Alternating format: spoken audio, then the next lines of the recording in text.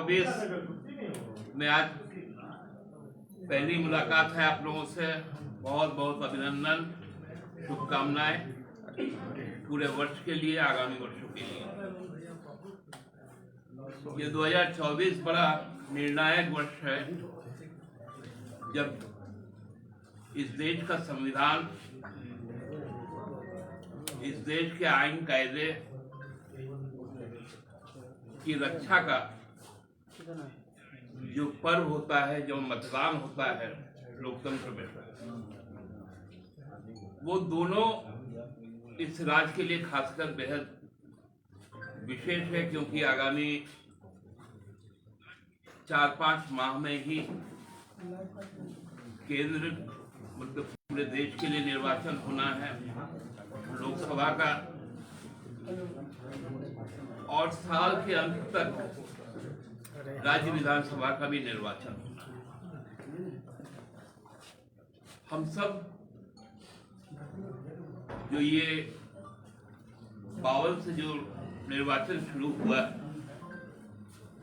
उसके पूर्व स्वतंत्र भारत में 1951 में भारत निर्वाचन आयोग का गठन हुआ, नियमावली बनी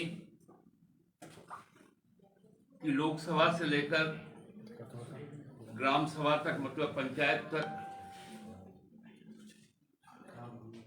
कैसे चुनाव संपन्न होंगे, लोग अपने मताधिकार का प्रयोग निर्भीक और निष्पक्ष होकर करेंगे। और ये पूरा कवायद की जिम्मेवारी भारतीय निर्वाचन आयोग को दी गई। यह तय किया गया कि भारत का निर्वाचन आयोग निष्पक्ष होकर सभी को समान अवसर प्रदान करते हुए निर्वाचन को संपन्न करवाएगा, और जो भी मतादेश होगा या जनादेश होगा, उसके अनुसार सरकार की गठन होगी। इसी परंपरा का निर्वहन करते हुए 2019 में विधानसभा का भी चुनाव हुआ। जनादेश और जन आशीर्वाद हमारे नेता, राज्य के प्रगतिशील मुख्यमंत्री श्री हेमंत सोरेन जी को भी मिला। सरकार का भी गठन हुआ, और सरकार गठन के बाद जब राज्य निर्माण और विकास की बात आई, तो वैश्विक महामारी ने उस पर एक ग्रहण लगाया। उस ग्रहण को हम लोगों ने बहुत शिद्दत के साथ, लोगों के सहयोग के साथ उसको भी उत्तीर्ण किया, और उसके पश्चात, जीवन बचाने के पश्चात, जो आजीविका को भी बचाने का काम किया, और पुनः राज्य में जो आकांक्षाएं थी लोगों की, उसके अनुरूप योजनाएं तय की, काम शुरू। सरकार पिछले 2 वर्षों में 2 बार लोगों के साथ सीधा संवाद के साथ जुड़ी, पूरी तरह से जो उनकी चाहिदाएं थी उसको समझा। ये शायद इस राज्य के लिए अभिशाप बन गया। हमारे जो प्रमुख प्रतिद्वंदी दल है यहाँ पर, उनको ये रास नहीं आया, क्योंकि जनादेश का अपहरण का एक लंबा इतिहास भारतीय जनता पार्टी का है। ये हम लोगों ने कर्नाटका से शुरू हुआ था, और कर्नाटका के बाद इसका प्रयोग मध्य प्रदेश में हुआ, महाराष्ट्र में हुआ, कोशिश राजस्थान में भी हुई, और एक विफल कोशिश झारखंड में भी हुई। लेकिन फिर भी जब भाजपा को इस पे सफलता नहीं मिला, जब यहां के निर्वाचित सदस्यों ने कहा कि हम अपने जनादेश के खिलाफ नहीं जाएंगे, तब शुरू हुआ एक नया पटकथा लिखना, साजिश रचना। उसमें भाजपा की जो केंद्र सरकार है, उन्होंने बड़ा अच्छा एक पटकथा लिखा और उस पर लगातार कार्रवाई शुरू। उसका एक ही उद्देश्य था और वो उद्देश्य आज भी जारी है कि हम सरकार को लोगों के साथ चैन से जोड़ने नहीं देंगे, योजनाओं को धरातल पे उतरने नहीं देंगे, असमंजस और भ्रम की स्थिति पैदा करके रखेंगे।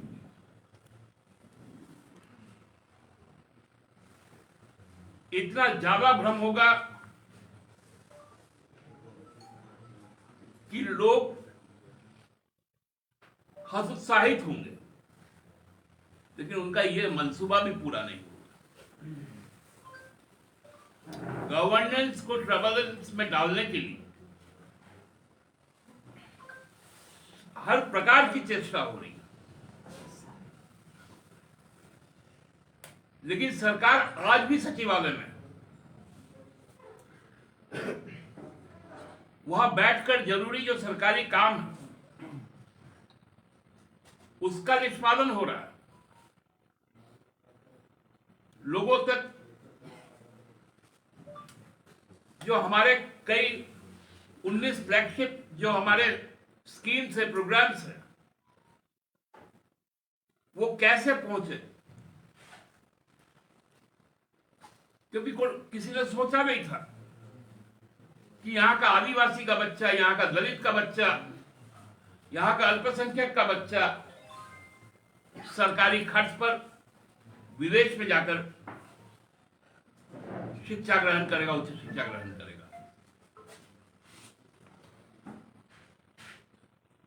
भाजपा घबरा गई कि ये कौन सा सर्वजन पेंशन योजना है जिसमें पूरा का पूरा सामाजिक सुरक्षा समेटे हुए, महिला सशक्तिकरण, छात्रों के लिए व्यवस्थाएं, खिलाड़ियों के लिए व्यवस्थाएं, किसानों के लिए व्यवस्थाएं, हर तरफ जब सरकार आगे बढ़ना शुरू की तो आप देखेंगे कि लगातार कुछ दिनों से एक बड़ा विद्वान नेता है जो भारतीय जनता पार्टी के वर्तमान में प्रदेश अध्यक्ष, पूर्व मुख्यमंत्री भी, आजकल वो व्याख्यान दे रहे हैं कि आदमी कब से विधायक बनता है। उनका एक व्याख्यान हमने कहीं सुना कि जिस दिन से निर्वाचन का फलाफल घोषित होता है उस दिन से। फिर उनका एक जगह एक व्याख्यान माला में दूसरा जगह पहुंच गया, वहां बोले नहीं सरकार गठन हो गया। ये अल्प ज्ञान भयंकर ही होता है। हम लोग जिसको कहते हैं ना, अधजल गगड़ी छलकत जाए, जानकारी तो है नहीं, केवल एक ही दम है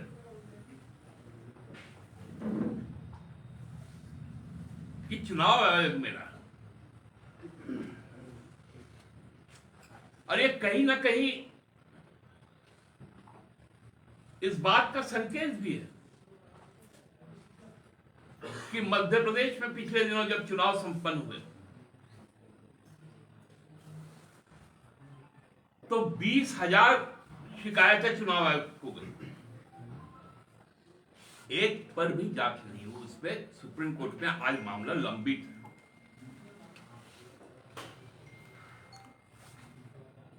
अब लग रहा है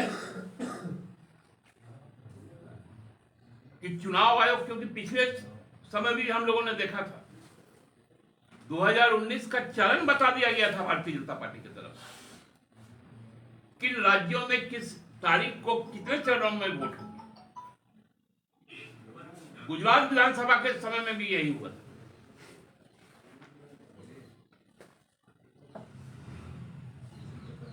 अब तो चुनाव आयोग को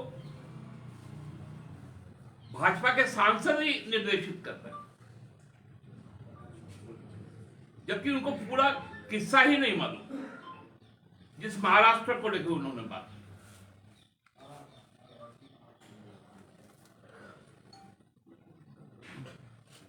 जब हाईकोर्ट ने यह निर्णय दिया कि मिनिस्ट्री ऑफ होम का परमिशन नहीं, मिनिस्ट्री ऑफ होम किसके पास है? भाजपा के पास, क्योंकि वो जानती थी कि पुणे जिले में यदि उपनिर्वाचन हुआ तो वो पूरी तरह से हारेंगे, चुनाव रोक दिया। जबकि 151 क्लॉज उसका ए सेक्शन कहता है कि 1 साल से ज्यादा का यदि टेन्योर बचा वो 1 दिन भी हो सकता है, तो वो पार्लियामेंट्री या वो असेंबली कॉन्स्टिट्यूएंसी अनरिप्रेजेंटेड नहीं हो सकती। उसका प्रेजेंटेशन ऑफ वॉइस होना चाहिए हाउस में। हाँ, यदि 1 साल से कम है तो यह बाध्यकारी नहीं। और सुप्रीम कोर्ट ने अपने ऑब्जर्वेशन में भी कहा कि डेमोक्रेसी को चलाने के लिए हाउस का सांस लेना बहुत जरूरी है।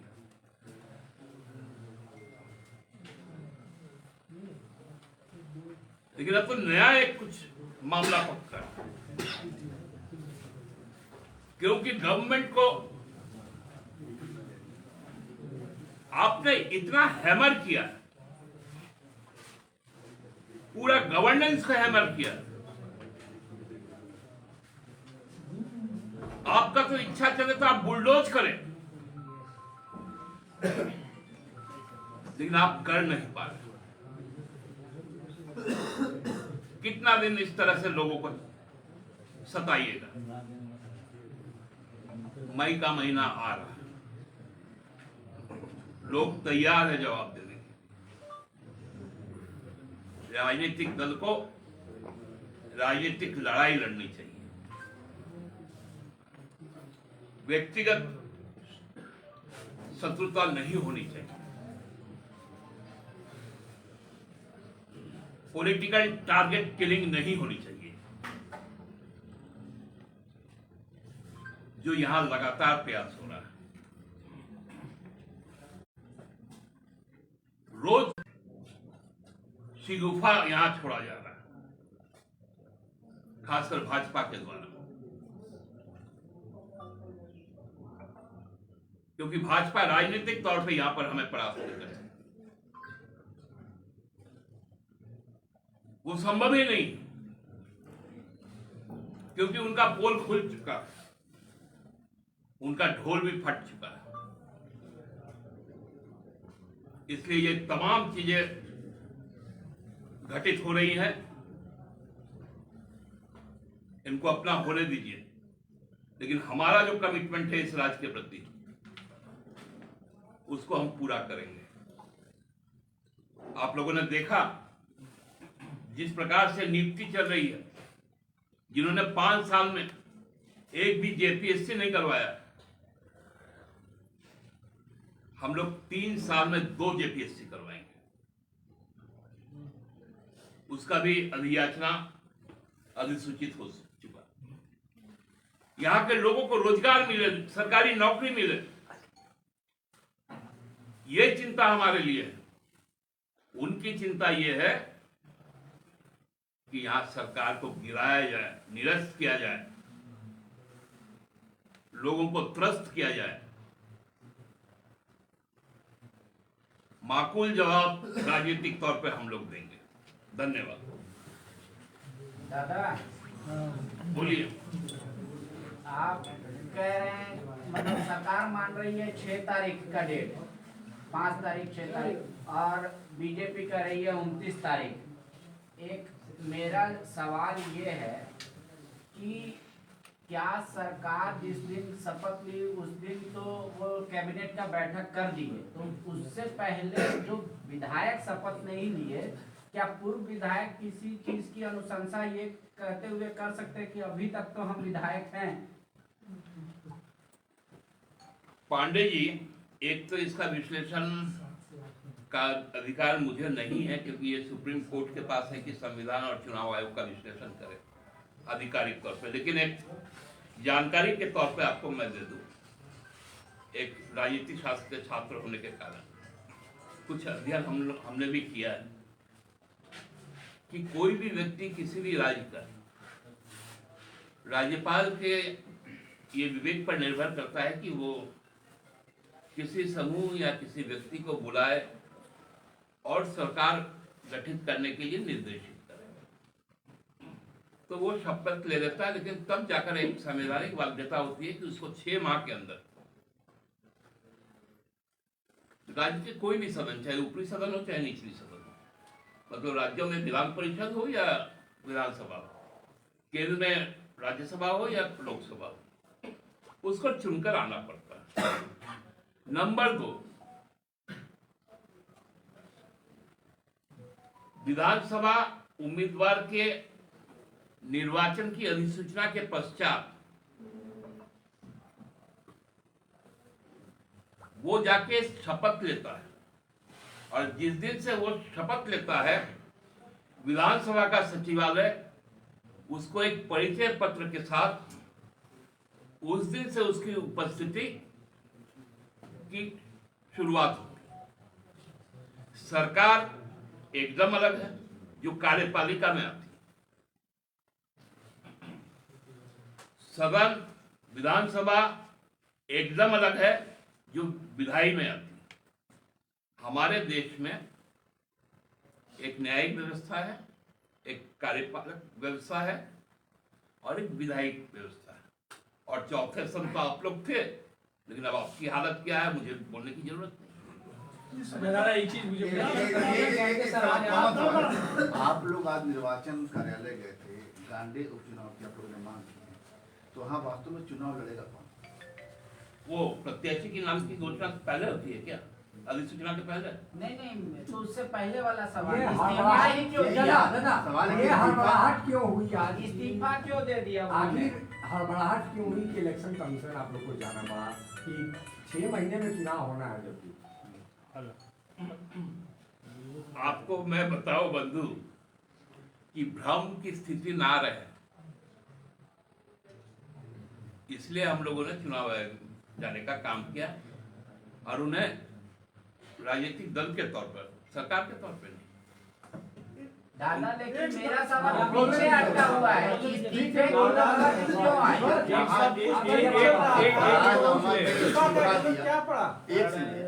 सरफराज अहमद ने इस्तीफा दिया, उन्हें इस्तीफे की जरूरत क्यों पड़ी? अगर पड़ी अभी ये सवाल का जवाब हमको लगता है सरफराज साहब दे चुके हैं, और आगे भी उनसे पूछिएगा तो बताएंगे। एक आखिरी में मेरा सवाल ले लीजिए। अभी आजसू का प्रेस, आज एक मिनट में आजसू की प्रेस कॉन्फ्रेंस थी, उसमें मैंने यही सवाल आजसू के नेताओं से भी पूछा कि आप लोग ये क्यों कह रहे हैं कि कौन चुनाव लड़ेगा, किस डेट से लड़ेगा, क्योंकि ये तो तय नहीं है कि कौन चुनाव लड़ेगा, कौन इस्तीफा देगा। एक विधायक का मन किया, भाई इस्तीफा दे दिया।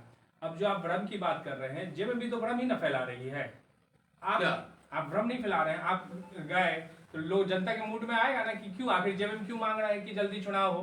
ठीक है, सीट खाली है, जब होना होगा हो जाएगा, नहीं होगा तो विधानसभा होगा। मेरा एक रिप्रेजेंटेशन कम हुआ है तो मेरे लिए ईगरनेस नहीं रहेगा कि कितना जल्दी मेरे पास में वहाँ पर मुझे बजट सेशन आने वाला है। अब यही है कि सरफराज अहमद को फिर इस्तीफा देने से रोका क्यों नहीं आपने? अरे किसी को रोका कहीं नहीं जा सकता। ये ज्यादा एक सवाल ये है कि भाजपा क्या षड्यंत्र कर रही है आपके साथ? अभी जो आप बोल रहे हैं लगातार षड्यंत्र कर रही है, तो क्या षड्यंत्र कर रही है, इसका खुलासा करेंगे? षड्यंत्र है कि जिस प्रकार से केंद्रीय एजेंसियों को यहां पर लगाया गया और स्पेसिफिक टारगेट किया गया, ये केवल यहां पर नहीं हो रहा है, ये वेस्ट बंगाल में भी हो रहा है, ये छत्तीसगढ़ में भी हुआ, ये दिल्ली में भी हो रहा है, ये बिहार में भी हो रहा है, ये तमिलनाडु में भी हो रहा है। नहीं तो उसके लिए तो कोर्ट दादा, निशिकांत दुबे ने लेटर लिखा है। आप लोग तय कर लीजिए कि कौन पूछे। एक सवाल सर, केंद्रीय निशिकांत दुबे ने एक लेटर लिखा है गवर्नर को और उसमें ये लिखा है कि किसी भी गैर विधायक को सीएम ना बनाया जाए, हम ये मांग करते हैं और इस पर सतर्क रहेगा गवर्नर। अरे भाई, निशिकांत दुबे के बारे में ये लोग आजकल सबको डायरेक्शन देते हैं। अभी लोग तो सुप्रीम कोर्ट के जस्टिस को भी डायरेक्शन देते हैं, हाई कोर्ट के जस्टिस को भी डायरेक्शन देते हैं। नहीं तो इनका तो डायरेक्शन ऐसा था कि जो सदस्य सदन में गाली गलौज करता है उसका तो कुछ नहीं होता, और एक महिला सदस्य को इनके डायरेक्शन पे सदस्यता खारिज होता है। आपने सुना है कि 150 लोग आज संसद के बाहर है। नहीं दादा, इनका डायरेक्शन अजब डायरेक्शन है, ये लोकतंत्र के खिलाफ है। दादा एक सवाल, मूल सवाल ये है कि केंद्रीय जांच एजेंसियां गलत कर रही है, निर्वाचन आयोग गलत कर रहा है। एक सेकंड, तो इसको देखने वाला देश में सुप्रीम कोर्ट उपलब्ध है, तब आप गलत कैसे कर रहे हैं? आप सुप्रीम कोर्ट क्यों नहीं जा रहे? हम एप्रोप्रिएट जगह पर हम लोग गए, सुप्रीम कोर्ट ने हमें कहा है कि हम देखेंगे। जब देखिए यही तो मामला है, हाँ, इसी को मामला तो यही है, जब आपके पास में निर्धारित कोई चीजें नहीं है। कल कभी जो प्रेस नोट आया सीबीआई की तरफ से, हमको लगा कि ये इतने दिन के कार्रवाई में शायद दूसरा बार होगा ईडी की तरफ से। नहीं, हम इससे जुड़ा नहीं, मुझे बोल लेने दीजिए। उसमें क्या लिखा? 36.999 अच्छा हाँ लैक्स का रिकवरी हुआ। छापा कितने जगह मारा? 10 जगह पे मारा। आपने पूछा कि उसमें व्यवसाय भी है, कि कहां से स्पेसिफिक क्या आया। ये जो स्पेकुलेशन का मामला है, देखिए जितेंद्र जी, हम लोग भी इतने अब बेवकूफ नहीं रह गए। नहीं, हम बेवकूफी की बात नैरेशन जो सेट कर रहे हैं आप, हाँ, जिसके द्वारा, तो आप ये क्यों ये कह सकते हैं? आप बताइए, ईडी को हमेशा महादेव ऐप के विषय में भी मैं कहता हूं, उनका एक प्रेस रिलीज आया था, आप उस प्रेस रिलीज को भी देखिए। उस प्रेस रिलीज में महादेव ऐप के बारे में जो सब कहा गया, उसके नीचे अंतिम पंक्ति में एक डिस्क्लेमर दिया गया कि इसकी यदि जांच चल रही। नहीं, मेरा सवाल तो मेरा सवाल यही है, आप यदि कोई भी इंक्वायरी कर रहे हैं तो उसको ट्रांसपेरेंट क्यों नहीं कर रहे? हमारा सवाल भी एक और सवाल है दादा, इसी से जुड़ा हुआ। आप कहते हैं जो लोकसभा विधानसभा मतलब लोकतंत्र का मंदिर है, वो मंदिर जो निर्णय करता है वो सही है ना? ये बात है। तो निर्वाचन आयोग को जो अधिकार दिया गया, ईडी को जो अधिकार दिया गया है, ये तो सारा लोकसभा से हुआ है। तो लोकसभा जो चुने हुए प्रतिनिधि अगर कोई कानून बना रहे हैं, तो उसको तो जब आप जीत के उस कानून को चेंज कीजिएगा तब ना गलत कहिएगा। जितेंद्र जी, जी, लोकसभा को ये अधिकार है कि वो कानून बनाए, राज्यसभा को भी अधिकार। हाँ, अभी यहाँ विधानसभा में बना है। रुकिए, मैं आपको लोकसभा पहले चलिए। आप 150 लोगों को निकाल के आप इंडियन पेनल कोड को चेंज कर रहे हैं, सीआरपीसी को चेंज कर रहे हैं, एविडेंस एक्ट को चेंज कर रहे हैं, किया ना? संवैधानिक रूप से, हाँ, संवैधानिक रूप से किया। जी, अधिसूचित हुआ। जी, आप बताइए, जब हिट एंड रन का मामला सामने आया, फिर क्यों ये अधिसूचना जारी हुआ कि ये कानून अभी रुका रहेगा?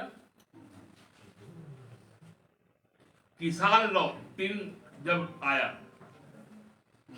हम लोगों ने विरोध किया। आप हमको बोलने कहां दी? क्या लोकसभा और राज्यसभा या किसी भी राज्य का विधानसभा या विधान परिषद केवल सत्ताधारी दल के लिए रिजर्व होगा? आप 150 सांसद को बाहर फेंक देते हैं और कहते हैं कि मेरे पास शक्ति है, तो आप तो तानाशाह हैं। और इस संविधान में तानाशाह नहीं है कोई। तो इसको तो जनता तय करेगी। आने दीजिए 24। अब जैसे अगर कहा मैं तो वही बात कर रहा हूं। दादा, नया हाँ, सवाल हो गया। एकदम छोटा हो छोटा। गया। दादा, इंडिया अलायंस का अपना सरकार बंगाल में ईडी के साथ हुआ, उसको आप कैसे देखते हैं? और आसिफ तरीके सरकार पिछड़ा